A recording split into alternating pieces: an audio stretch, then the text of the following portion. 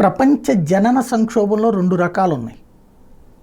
పుట్టుకే సమస్య, రెండోది పెళ్ళే సమస్య, కాపురమే సమస్య, కాపురం చేసినా కనడం సమస్య.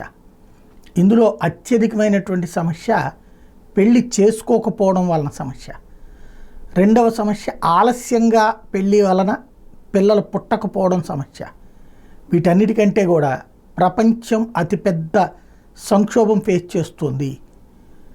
చదువేస్తే ఉన్నమతిపోతుందని చదువులు పెరిగాక అద్భుతమైనటువంటి హక్కులతో కూడినటువంటి జీవితాన్ని బిడ్డలకు ఇవ్వాలన్న ఉద్దేశంతో పెళ్ళిళ్ళు వదిలేసి పిల్లలను వదిలేసి ఇదే జీవితం అని బ్రతుకుతున్నటువంటి వాళ్ళ ఇంపాక్ట్. ఎందుకంటే పెద్దోళ్ళు ఇచ్చారు, పెద్దోళ్ళు సంపాదించి పెట్టారు, లేదా నేను కష్టపడి సంపాదించుకున్నా ఇది దానికి ఇవ్వడం ఎందుకు, లేకపోతే వాడికి పిల్లలకి ఎందుకు పెట్టాలి అనేటటువంటి రూట్లో ఆ బాదర్బందీలన్నీ ఎందుకని నీ అమ్మ నాన్న అనుకుంటే నువ్వెట్లా పడతావు, మీ అమ్మ నాన్నకి వాళ్ళ అమ్మ నాన్న అనుకుంటే మీ అమ్మ నాన్న ఎట్లా పడతారు. ఇది కామన్ సెన్స్.